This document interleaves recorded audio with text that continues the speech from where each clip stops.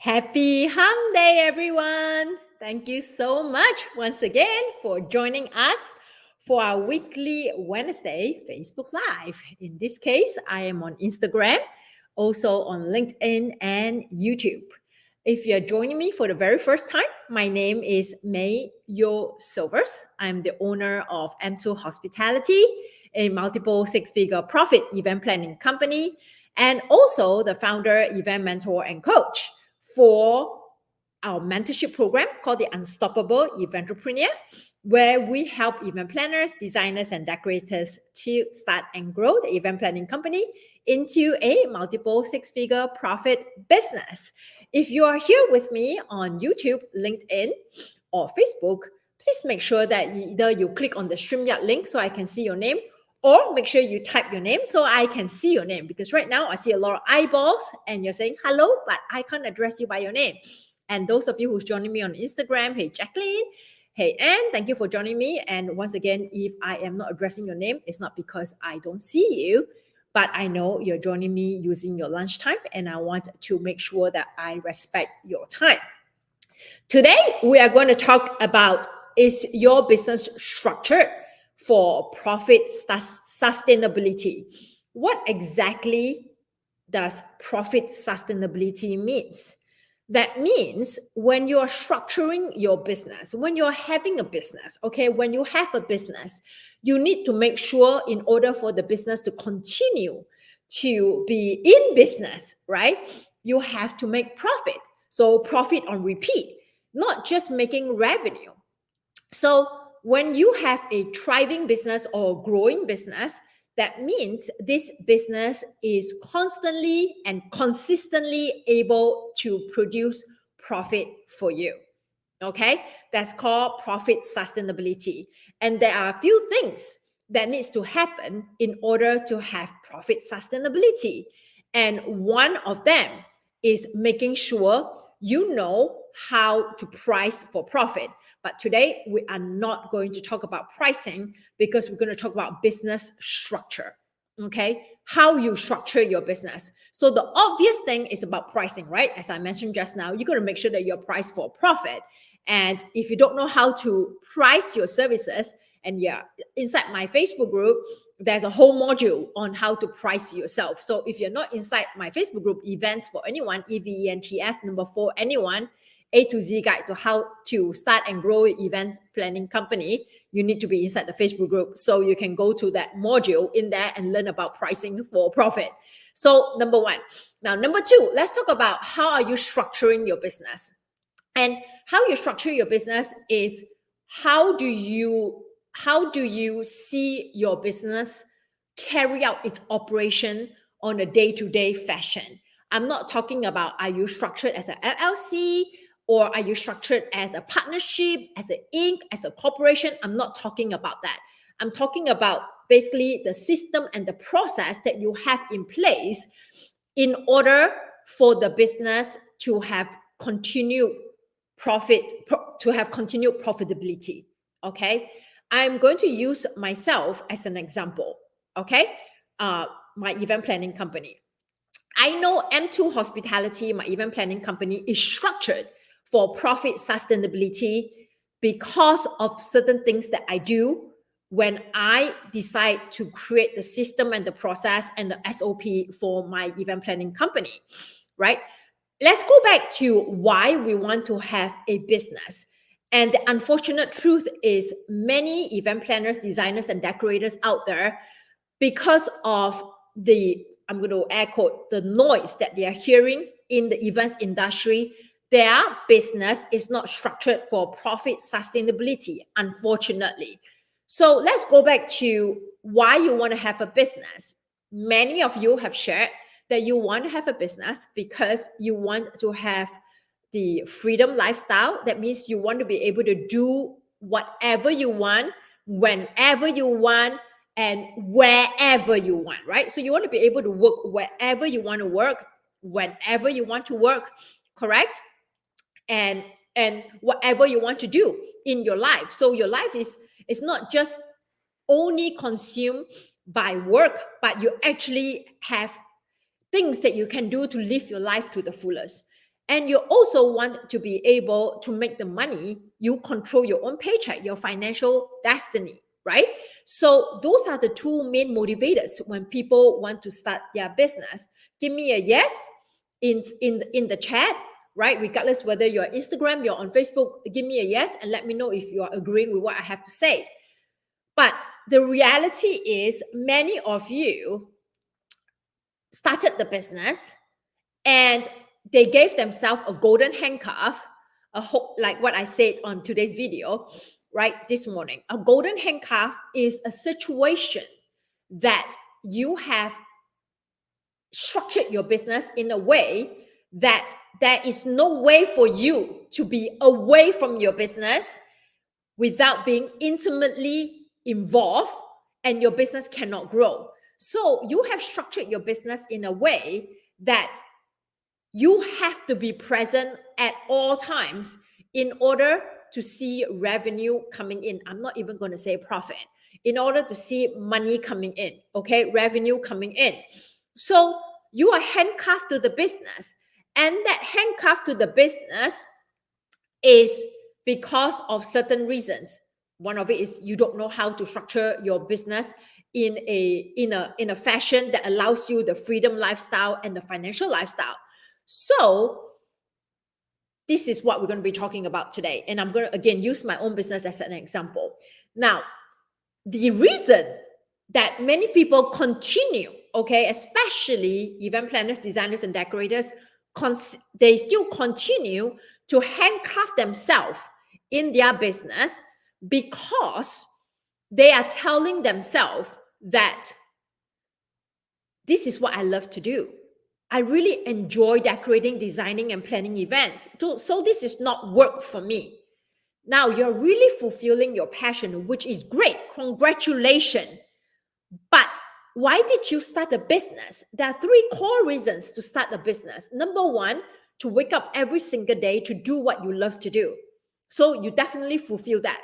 Number two, to be able to spend more time with your loved ones and to do things that is allowing you to live a full life, not just fulfilling your passion. Number three, to be able to make the money that you want to make. If you have a golden handcuff, you fulfill number one, which is doing what you love. But you're not fulfilling the freedom lifestyle nor the financial freedom. Okay? If you have this, what we call the golden handcuff, then you cannot fall sick. You cannot go on vacation. And the moment you fall sick and the moment you go on vacation means there is a dip or there is a drop in your business finance, okay, or revenue or income.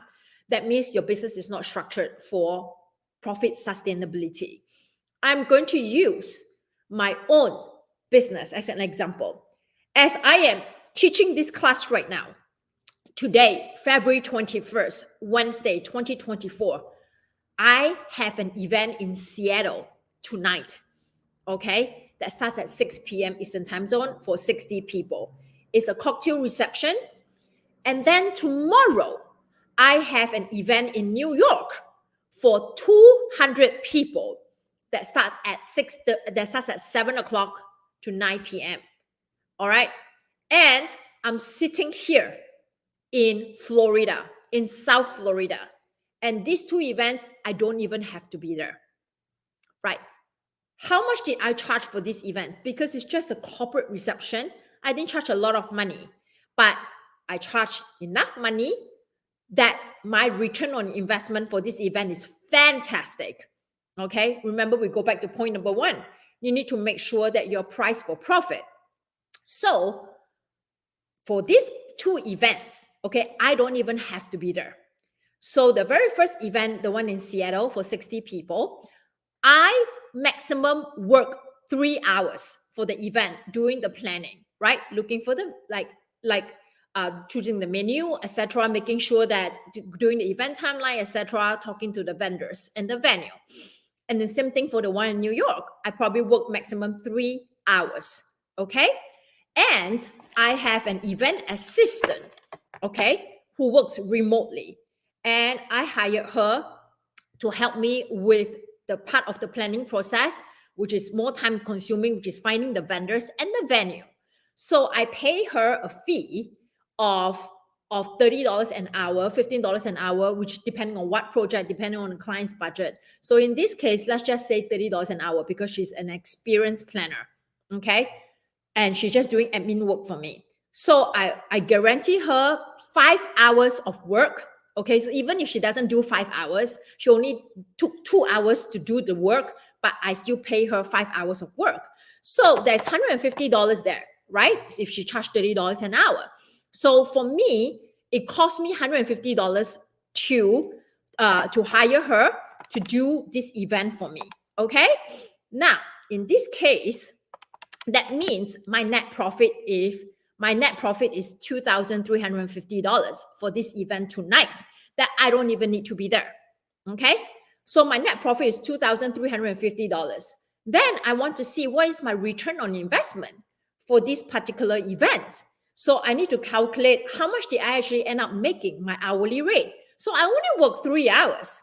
Okay. So I divide $2,350 divide by 3 hours. I make $783 per hour. Doesn't that sound fantastic? Right? So for tomorrow, I did the same thing. I charged my client very cheap, $2,500 to plan this event. I had the same deal with this event planner. She got the vendors, she sourced for the venue, and I only did 3 hours of work making sure that the client know who are the vendors on that day, because I don't even have to be on site, because the clients were introduced to my vendors. I gave them an event timeline. I told them what time the vendors are coming, the venue, who's the on-site venue coordinator, and I also communicated with the on-site venue coordinator who are my vendors. I introduced my vendors to the coordinator, so I really don't have to be there. Everybody has everybody's contact information. The client has the run of show, the event agenda. They know exactly what time, what food is being served at what time, and they also know how much the whole event costs. Therefore, I had the same return on investment for the event tomorrow at $783 per hour.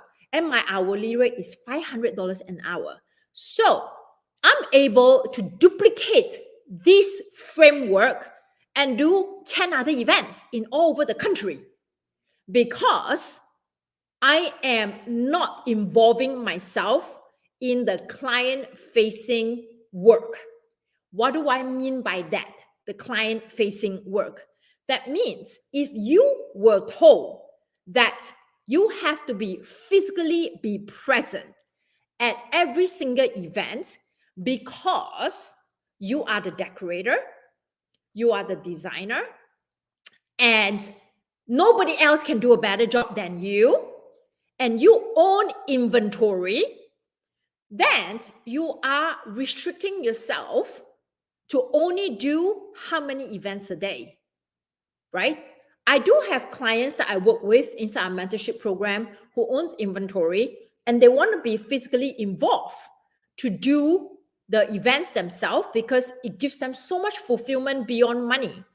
And at the end of the day, you have to ask yourself, is this business here to feed mouths in the family, or is this pocket change? Do you need this money to pay the bills? Do you want this money so that you can take your family for vacation? Or is this just gravy? If it's just gravy, you don't need this money to pay the bills, then go for it. Go fulfill your passion. Go show up and be happy and do the events, because making a profit is secondary for you. A little bit of pocket change, extra money. But if this money is needed to pay your bills, to be able to live the life that you really want, then you have to ask yourself, if I am going to be physically involved in every single client-facing operation, how am I going to scale my business? How can I do more than one event a day? Then the only way to do that is, and I do the same thing for my event planning company, certain clients require my presence.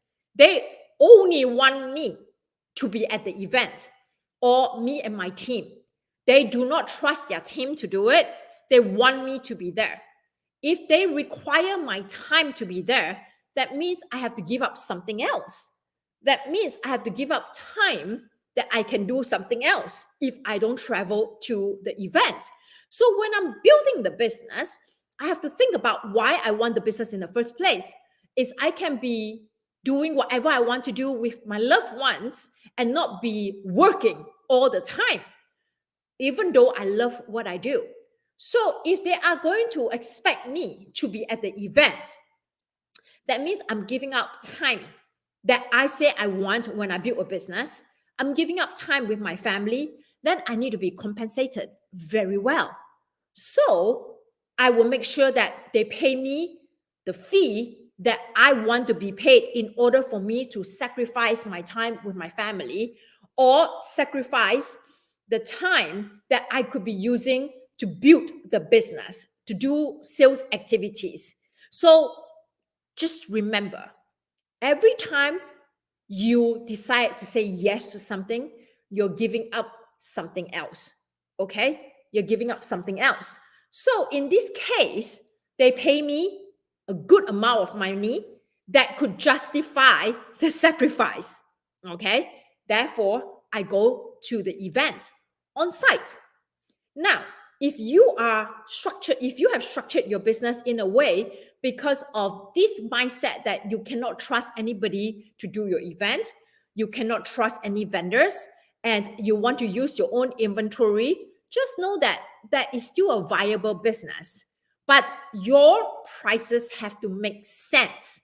So you are not book busy and broke. But also know that in order to satisfy your goal number 2, which is financial freedom, and goal number 3, which is time freedom, whatever fee you need to charge has to make sense for you to be physically involved in the client-facing work. Okay? It has to make sense. Otherwise, again, this is not a business. This is just something that you love to do, and then you get this extra income that could maybe allow you to buy a Louis Vuitton bag or go for a nicer vacation, but it's not what is needed to pay your bills. So you have to ask your priority. There are boutique style business that they don't do a lot of events, okay? And there are companies, event planning companies, that they do a lot of events, that they don't charge a lot of money or premium, but they charge enough to make sure that they have profit. Whereas there's a boutique style where they charge a lot of money and they don't do many events. M2 Hospitality is structured in a way that I have a combination. So those events that my client requires me to be there physically and require me to be heavily involved in the planning, that means I am using less of a contracted help. I make sure I charge a lot of money for that, which is in the mid 5 figures. Whereas now another part of M2 Hospitality, because that means I can only take on a few clients at one time. Otherwise, I will not honor my point number 2 and point number 3, and my number 2 why and number 3 why, which is financial freedom and time freedom. Therefore, I need to make sure that if I need to be physically be involved in the job itself, I can only take on maximum 5 to 6 clients that will pay me high 5 figures to do their events. So I know M2 is making at least 6-figure profit every single year. But at the same time, I still want to grow and scale the business to have more money coming in. Therefore, I take on these little events here and there, which is like 2,500, 5,000 here, but it requires very little of my time. And I rely heavily on a team of contracted helps and vendors in every single city that I mostly do my events. That's how I scale. I don't have a problem in terms of the ego that nobody can do this job better than me. Okay. I also don't have a problem of not trusting vendors who will screw up my event, because before anything else, I make sure that I do my due diligence as a CEO of my company to vet all the vendors, which I hire a contracted help to do that, a seasoned event planner, to make sure that whichever vendor we're using for a particular event, especially when we're not going to be on site, are reputable vendors. Okay. And at the same time, I also make sure that the people that I hire to plan the event on my behalf, all right, contacting the venues, contacting the vendors, they are also a representation of my brand. I take the time to train these people. Therefore, I don't have to worry. Therefore, my business can be done anywhere. I can have events all around the country. I can have events, and that it happened many times. Like last year in June, I was back in Singapore for almost a month, and I have 2 events happening in Miami during that time. And I actually have someone who is on site, my on site coordinator, whom I have trained to be on site there with my client. So I respect my time freedom. Okay. I respect my time freedom because that's the reason why I started my business. So ask yourself, do you have a golden handcuff to your business? Is it by default because you can't trust vendors and you can't trust anybody to do a better job than you? That's an ego issue. Or this is something that you decide to do. You want to have a boutique style business where you're intimately involved. And I know very successful event planners who only take on 2 to 3 clients a year. And those 2 to 3 clients require 4 to 5 months of planning for the event.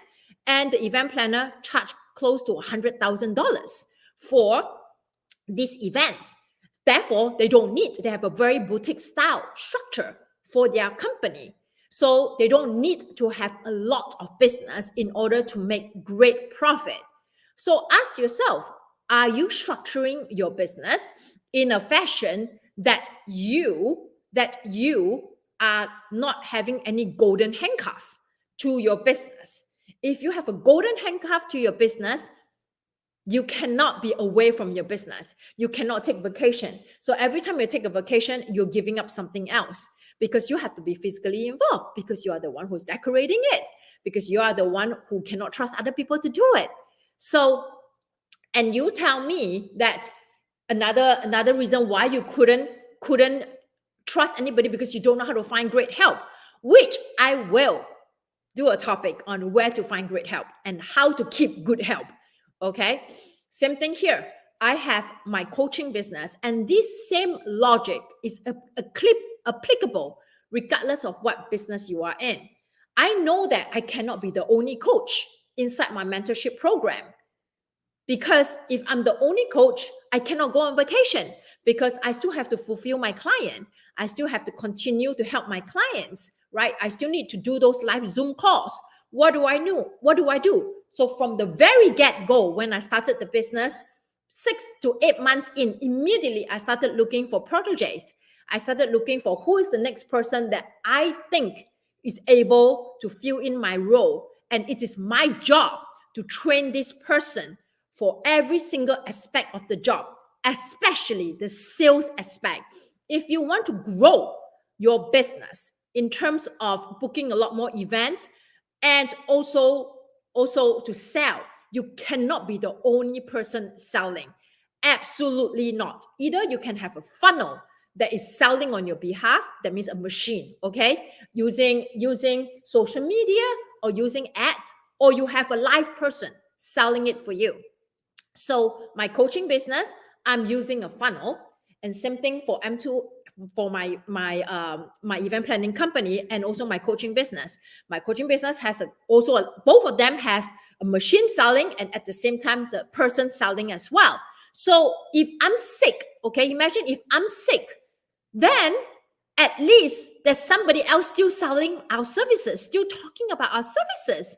So in this case, the business is structured in a way to still continue to do sales outreach, to still have content out there to let people know we're still in business, to still have consultation call, discovery call, sales call, whatever you want to call it. So you need to start thinking, where do you want your business to go? Why did you start a business? And how much money you want to make? And how are you going to get there? So these are the things that you have to put in place after. Sometimes you don't know what you don't know, right? Until you started the business, you realize, oh my God, I'm working all this time, but I'm not making any money. Or I'm not having any freedom lifestyle, but you console yourself, oh, well, at least I'm doing what I love. Fantastic, okay? But why you even start a business, right? If you want to start a business to do what you love and get paid, but you don't have the time for your family, and you also don't, you're also not being able to scale, then, ask yourself, the moment that you're in your deathbed, are you going to say, I live a full life because I get to do what I love, instead of I live a full life because I get to spend time with my loved ones? Ask yourself this question, okay? Now, if you resonate with what I say, give me a thumbs up or a heart, okay? Emoji to let me know that you resonate with what I say or agree to what I say. I gave you real life example using my own business structure as an example. So it can be done. Is it an overnight thing? Absolutely not. It is not an overnight thing. It has been in the making for a while. And you have to go through a lot of people sometimes to find the right one. But if you have this goal that I want to scale, and this is how I'm going to scale, you have to stay on track and continue to trust that you will find that people. But of course, you got to be a good leader in order to lead the team, in order to keep good people as well. So this is another day. This is another topic for another day. All right. So before I end, don't forget, we have our slaying sales workshop that's happening on March 5th to 7th. Okay. March 5th to 7th, slaying sales workshop. This is the part I'm going to teach you how to sell and scale. Okay. Especially on day 2. So let's talk about what is this workshop about. Day 1, we're going to talk about how to set a sales goal, how to track your sales matrix. This is something that you as a business owner need to know, so that you're not setting some numbers that is from the wazoo, and then you never hit your goal, you get disappointed. And this is also something, if you're going to bring someone on board, okay, to sell together with you, represent your brand, they need to understand how is this sales goal being made, how is the sales matrix being tracked, to know whether are you doing the right thing in order to hit your sales goal. So that's day 1. Day 2, we're going to talk about a funnel, a sales funnel. Okay, what exactly is a sales funnel?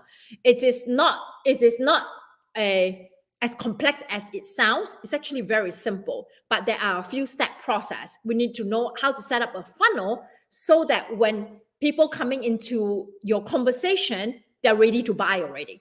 Okay. And then day 3, we're going to talk about how to sell, sales psychology. And this is something that you as a CEO should also be teaching your team if you're going to have somebody else sell together with you.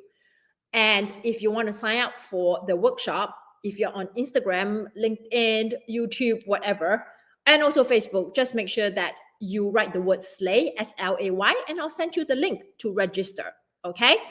All right. Some of you may be seeing an ad of mine, okay, that says coaches. We have a ticketed, we have a masterclass on February 28th for how to plan a ticketed in-person event. Please, if you're an event planner, do not sign up for that, because the content is 100% geared towards coaches. If you come on, 75% of the content that I'm teaching in that masterclass will not be applicable to you. Therefore, the very first word I wrote is coaches. If you're planning a profitable ticketed in-person event, that's the masterclass. So do not confuse when you see that ad going on. All right. We have 2 ads going on at one time. It's very clear who is for.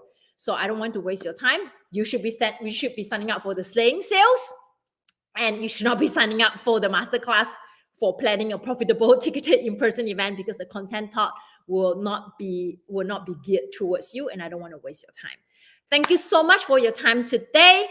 And I am so honored once again to be able to teach here every single Wednesday, well, most of the Wednesdays, unless that I have a schedule conflict, and you giving me your time. Hopefully I'm able to give you some insight of how to build a business that have profit sustainability. All right, everybody, have a great rest of your week. Bye.